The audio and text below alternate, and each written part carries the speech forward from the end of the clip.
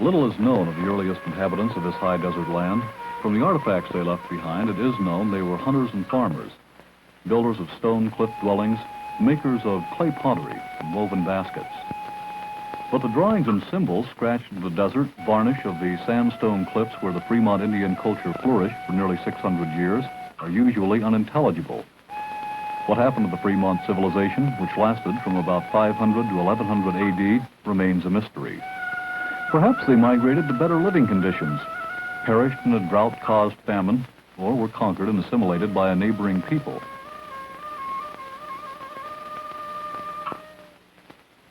Whatever the cause for their sudden departure, no Fremont inhabited these high desert canyons when the first non-Indians set foot in Carbon County, Utah.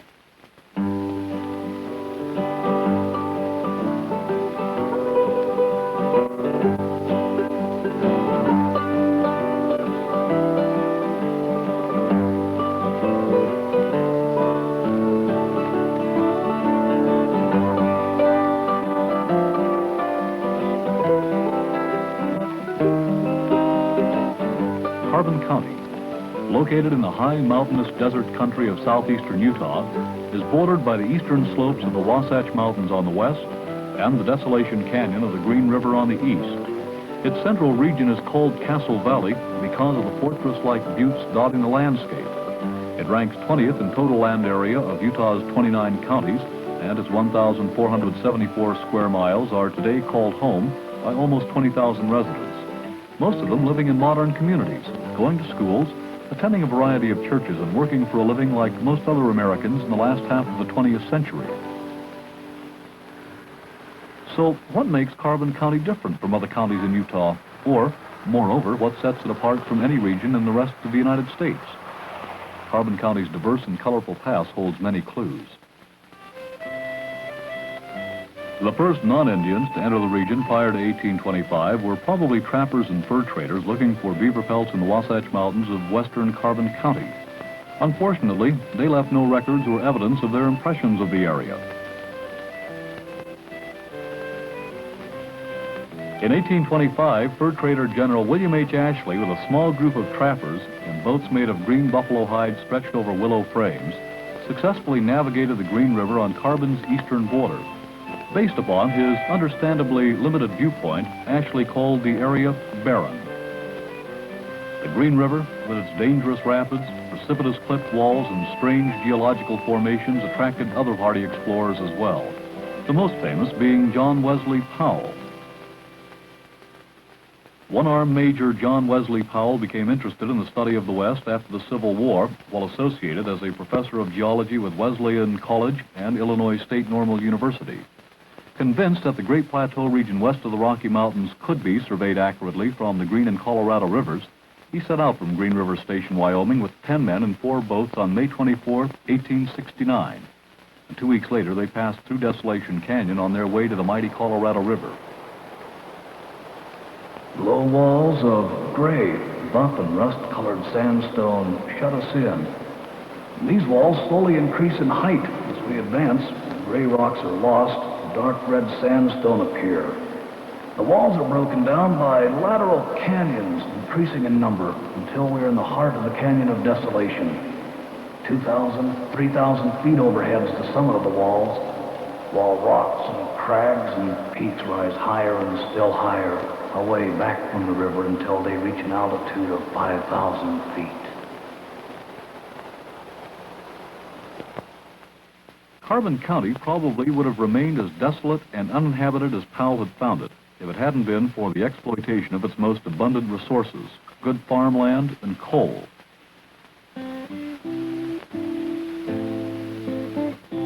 Agriculture was the main concern of the followers of the Church of Jesus Christ of Latter-day Saints, the Mormons, and their President Brigham Young.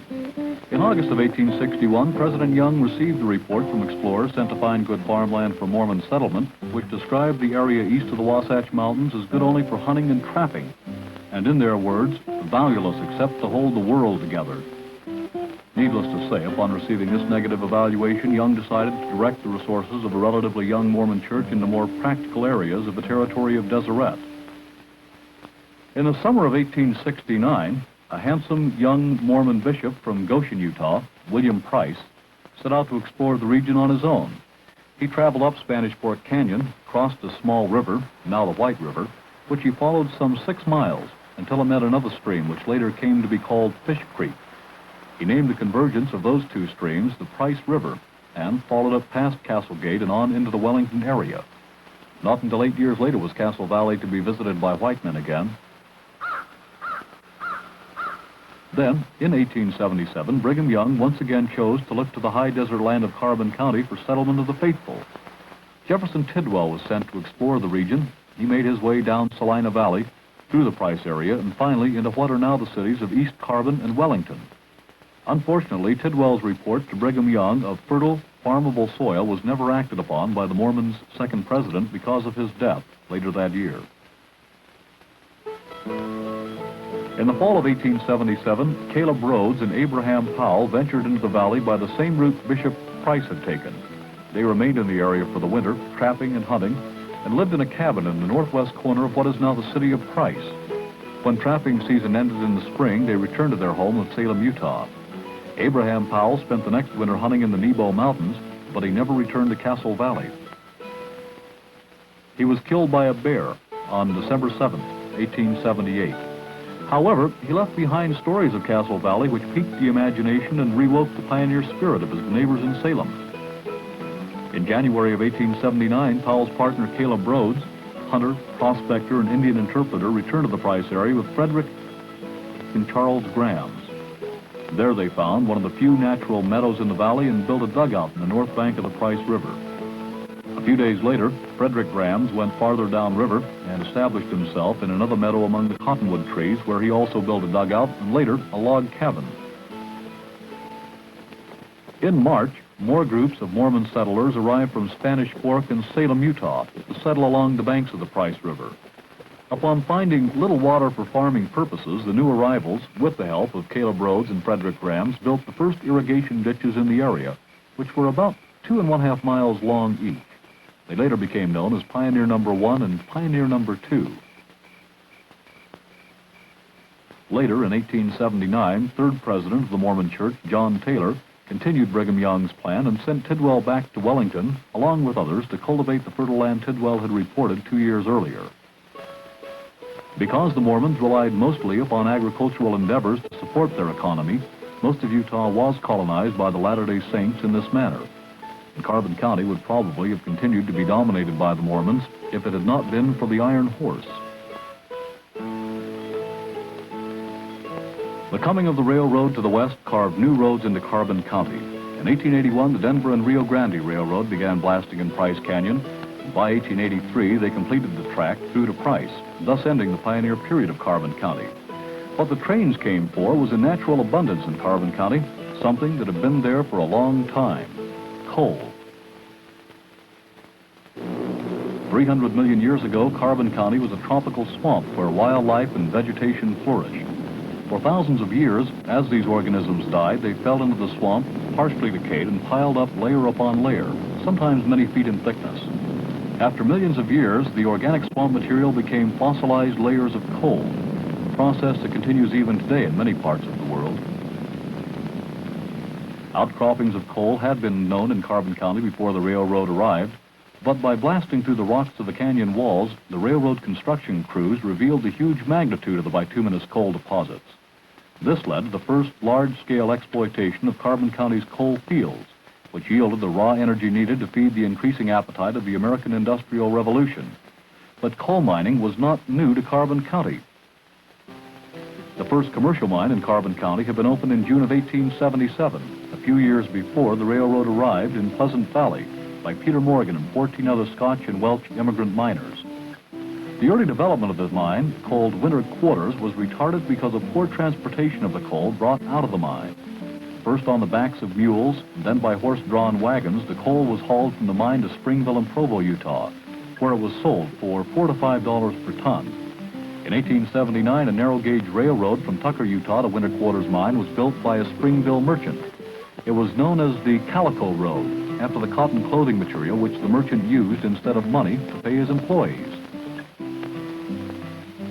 Sometime around 1883, a group of Chinese laborers left over from the railroad construction crews were brought in to work at Winter Quarters. They were known as good workers, but some of the white men laborers resented working with the Chinks, as they called them. The bewildered Chinese, after being told never to return, were locked in a boxcar and sent careening on a downgrade. The boxcar sped down that mountainside for miles until, miraculously, a reverse grade brought it to a halt. When it was later found, the Chinese had broken out and escaped, never to be seen again. However, in the months and years to follow, the miners became accustomed to outsiders. As the exploitation of Carbon County's coal resources continued, miners came from all over the world to chip away at the black coal walls together. Working side by side, they began to forget their differences and concentrate on their similarities and common goals. Unfortunately, when the coal deposits were being formed millions of years ago, they did not have the courtesy to locate themselves near developed population centers. So when a large deposit was discovered in Carbon County, usually in one of the many canyons, the company wishing to open a mine would build a complete town with houses and apartments, boarding houses, mercantile stores, manicured streets and parks, a stark contradiction to the mines themselves. In those early days, mines were opened by the easiest method possible, with very little attempt at systematic development. When difficulty was encountered, the work was abandoned and a new miner shaft started. At first, ventilation did not present a major problem because the mines did not penetrate very deep into the rock. But as mines progressed further and the workings became more extensive, furnaces and stacks were built to draw out the foul air, dust, and gases. In some places, the coal beds were up to 30 feet thick, so the earliest miners merely mined the outcroppings. As the opening grew larger, they would drive their wagons into the mine and load them directly from the coal faces. In the late 70s and 80s, many skilled miners from Scotland, Wales, England, Ireland, and Germany arrived to make a life in the promising coal fields of southeastern Utah. They were called pick miners because they cut coal with hand picks. They were so skilled with their tools that some example of their work still exists at the arch entrance to the Winter Quarters mine, where they chipped away the coal with the precision strokes of a sculptor, leaving a shell of coal less than an inch thick around the ceiling. Even as late as 1900, miners had to provide their own blasting powder, picks, shovels, and oil for their miners' headlamps. Each miner loaded and emptied his own coal car and was paid between 40 and 50 cents per ton. The average number of tons mined varied with each miner, but under ordinary conditions, 10 tons a day, loaded by hand, were considered to be a full shift's work. Although the work was hard and dirty, the wages were adequate, and the mining companies continued to keep their miners happy by providing cheap housing, good recreational facilities, and safe working conditions. In fact, the mines of Carbon County were considered the safest in this country. Coal dust was not considered dangerous unless in the presence of certain proportions of explosive gas. In the Pleasant Valley area mines, no gas had ever been detected. The morning of May 1st, 1900, dawned bright and clear as 200 miners boarded shuttle coaches that would take them to the mines at Winter Quarter, not far away. Everyone was in good spirits, looking forward to a dance to be held that night in celebration of Dewey Day, in honor of the hero of the Battle of Manila. At 10:15, the surrounding countryside shook, and minutes later word spread that number 4, supposedly the safest Winter Quarters mine, had exploded. Many unsuccessful attempts were made by rescuers to enter the mine, but they were held back by intense heat and flames. When finally able to enter, they found bodies heaped in piles burned beyond recognition. In all, 199 men out of 200 were killed. The world was shocked. A short time later, Gomer Thomas, the state mine inspector, revealed the cause of the disaster: a blasting charge had ignited coal dust in the mine, causing an immense explosion. Immediately thereafter, mining companies in the area began spraying mines with water to prevent coal dust from igniting in the hopes of preventing future mishaps. However, this disaster, still one of history's worst, did not stop the immigrants from rushing into Carbon County for jobs. The ability to speak English was not considered a prerequisite to working as a miner, which may have cost some lives through the lack of communication in the mines at crucial times. After the turn of the century, many of the new mines opening up were unable to fill their jobs because the local people would rather work in the sunshine of a cattle ranch or farm than the dark dampness of a coal mine. Many of the new arrivals from foreign lands settled in the city of Helper. In fact, at times in its history, Helper was called home by as many as 32 different nationalities. helper. Second only to Price as a leading trade and cultural center of Carbon County, was often called the hub of Carbon County. It received its name from the helper engines, picked up there by trains in order to ascend the steep slopes of the Wasatch Mountains nearby.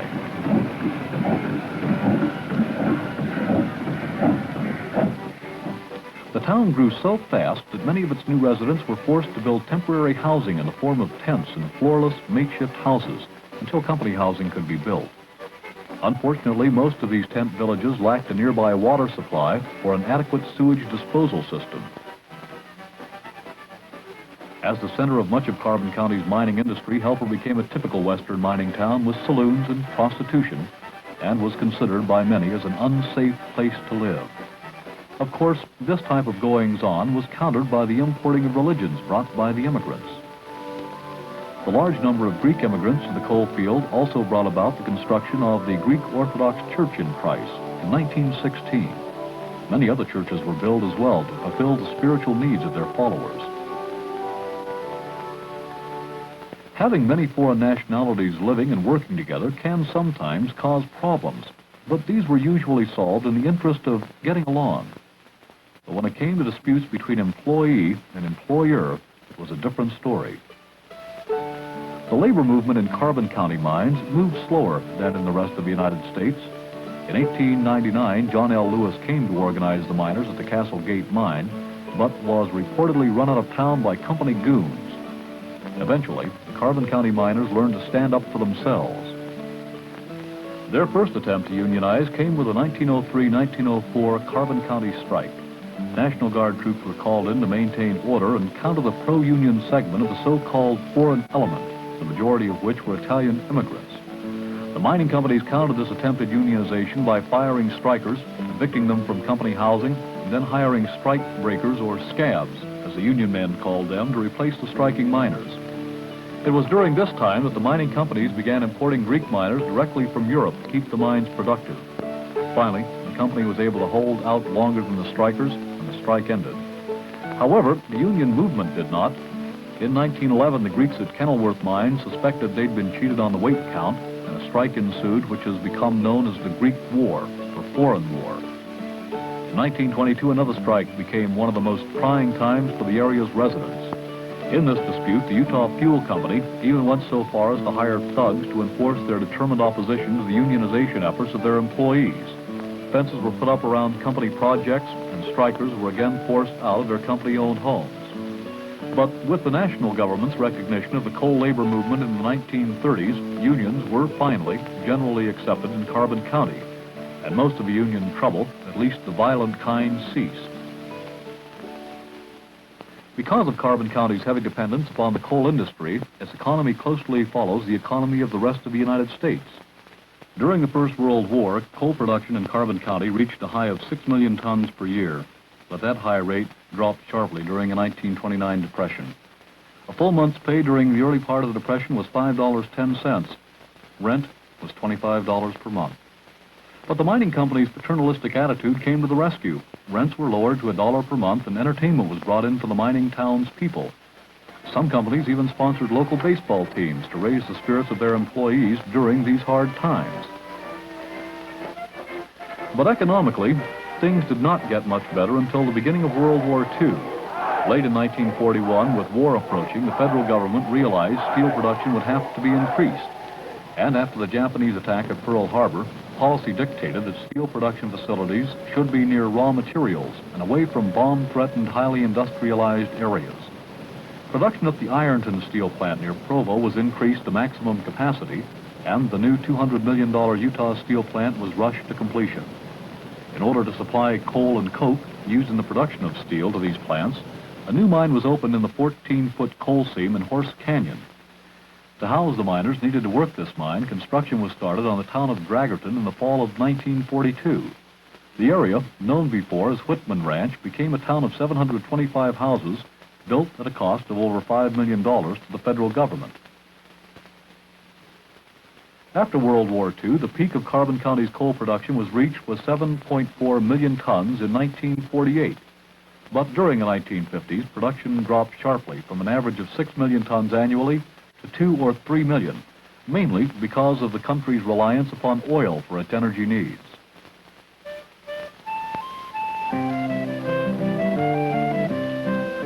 Today, although many of Carbon County's mines are still very productive and employ many residents, several of the old mining towns have become partially deserted or ghost towns. Towns like Standardville, Spring Canyon, Clear Creek, Schofield, Heiner, Latuda, National, Rains, Coal City, and others may be deserted but not forgotten. Most are still owned by mining companies who would reopen the mines if it again becomes economically feasible.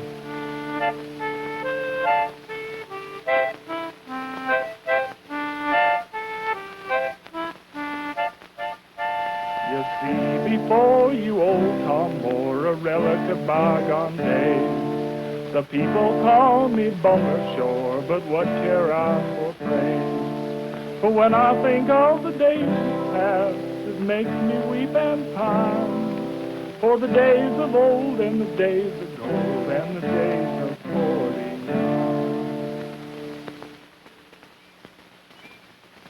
Although the agricultural industry plays a secondary role in Carbon County's contemporary economy, many farms and ranches may be found nestled between buttes and in the canyons of Castle Country.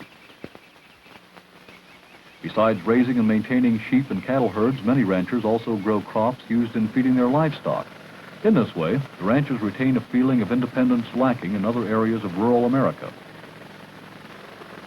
But what about the other facets of Carbon County today? The region in and around Carbon County abounds with virtually unlimited recreational possibilities. From exciting river-running trips on the mighty Green River to hikes in the alpine-like stillness of the Wasatch Mountains. Whatever one's pleasures might be, fishing, boating, camping, hunting, exploring, or just plain relaxing in nature's unspoiled wilderness, one can find it in or very near Carbon County.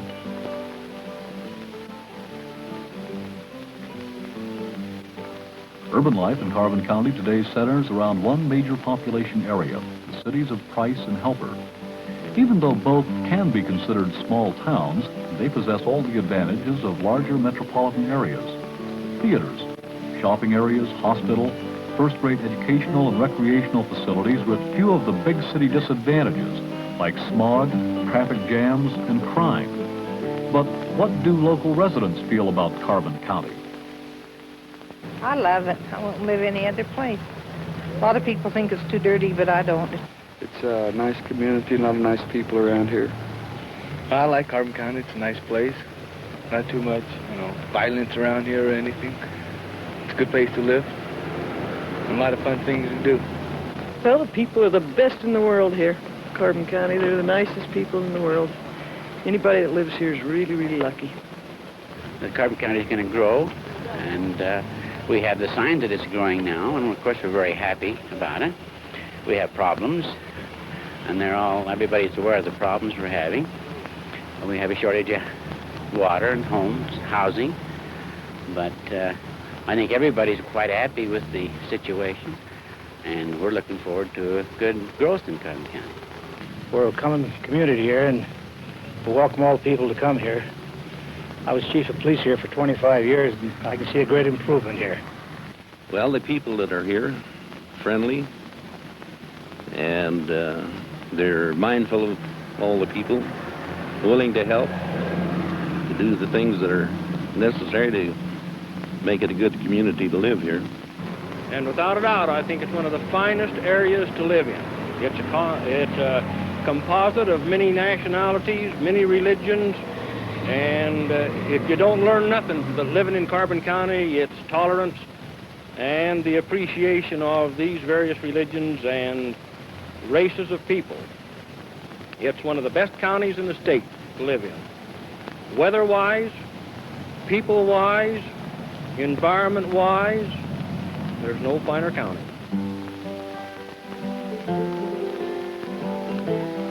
Today, the population of Carbon County numbers about the same as it was back in the 1930s. But with the nation's renewed need for energy, it's expected to double, and maybe even triple in the future.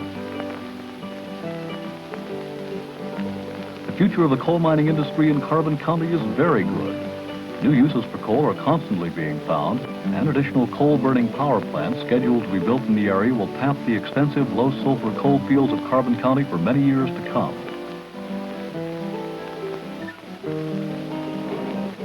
The growth in the energy industry that will bring more people into Carbon County will also bring along with it many problems to be solved. Social, civic, and environmental considerations will certainly come into play in future political questions arising in Carbon County. What makes Carbon County different? What sets it apart from other counties in Utah or from any region in the rest of the United States? Carbon County's rustic past and exciting future, held together by a formidable present. A present rich in the memories of the Old West, but conscious of the possibilities in the future.